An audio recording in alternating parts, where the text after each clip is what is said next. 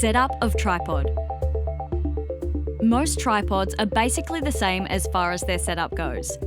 Larger and more expensive tripods have more features and a better operational feel, but they all work in the same way.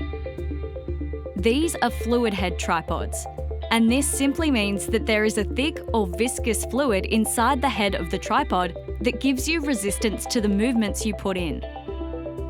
These two rings determine the amount of resistance. The higher the number, the more the resistance. When setting up the tripod, you will need to first extend the legs to the height at which you wish to work. If your job is close to the ground, you might not need to extend the legs at all. But if you are filming an interview at a standing height, then you will need to extend 1 or 2 segments of the legs to bring the tripod to the correct height. There is no need to over-tighten or loosen the locking screws, as they are a precision mechanism that works on friction between the surfaces. Simply loosen one turn to the left or tighten to the right until you feel the pressure start against the screw. If you over-tighten, you might strip the thread, and that will render the tripod useless and in need of repair. Next, ensure that the feet are either wound in or out, depending on what surface you're working on.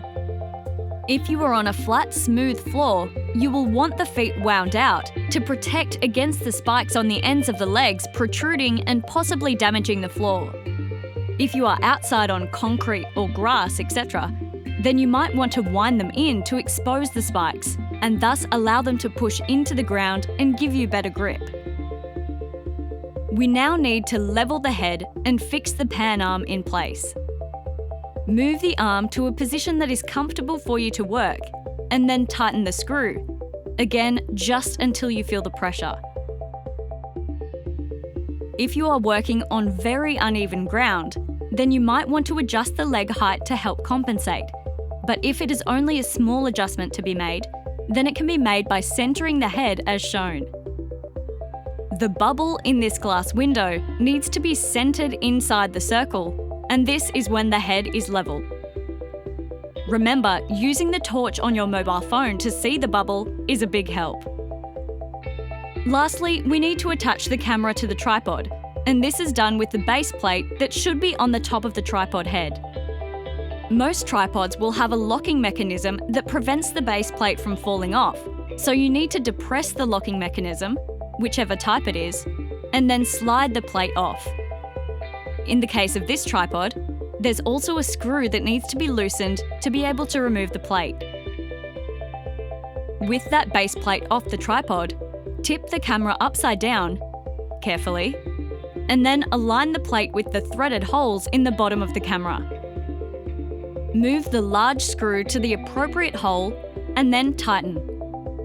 You may need a coin or something similar to help tighten it, but remember, do not over-tighten. Don't forget to leave enough room at the back of the camera to allow for the battery to be removed and charged.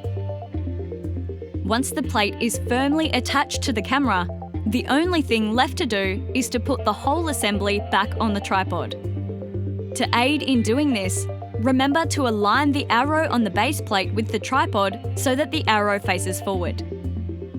When you have it correctly aligned, push it forward and you will hear a click. And this means that the plate is correctly seated and the safety lock has been engaged.